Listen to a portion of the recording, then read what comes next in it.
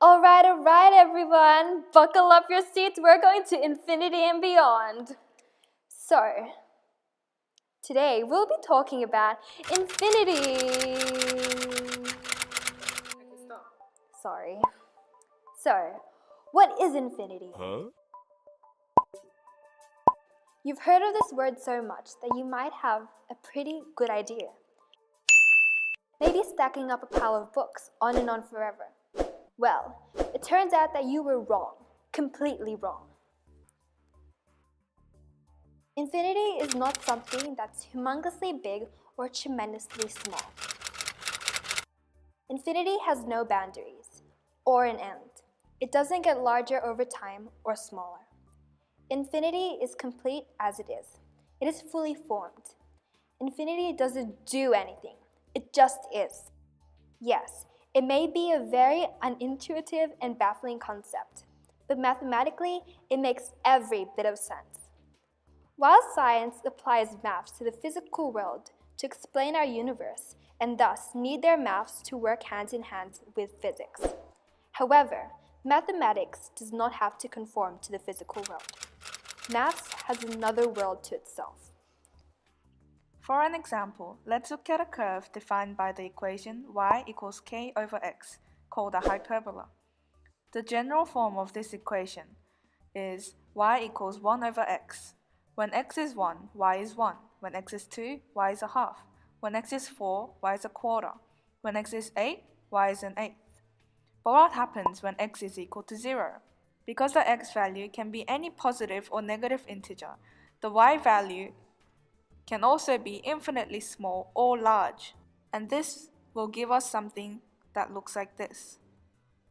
The arms of this curve gets ever closer to the axes. It is always getting there, it just won't actually get there forever. You're probably thinking, that doesn't make sense at all. But mathematicians ain't got no problem with something that's infinitely small.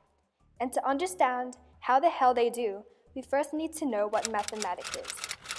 Mathematics is a field of study that extracts aspects from our world and symbolizes them into mathematical terms in order to approach the problems we face.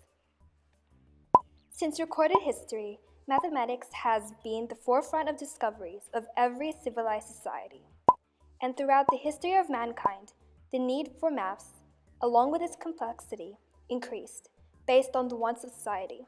The quantitative and logical approach to problems was the uniqueness of maths, and it is what developed the prehistoric hunter-gatherers to us now. Therefore, mathematical objects, such as numbers, are abstractions of nature. So, asking whether infinity exists in nature is like asking how the number 5 exists in nature. We don't exactly know how to visualize infinity in our head. But that doesn't mean that infinity doesn't exist. Infinity is a concept that results in some of our investigations of maths and science through the process of logical reasoning, such as the infinite number of points that can exist in a line, the singularity that started the Big Bang, the infinitely small area where all the matter and energy of the universe was compressed, with infinite density and infinite heat. The singularity thought to be inside black holes, that sucks everything up due to its infinite gravity.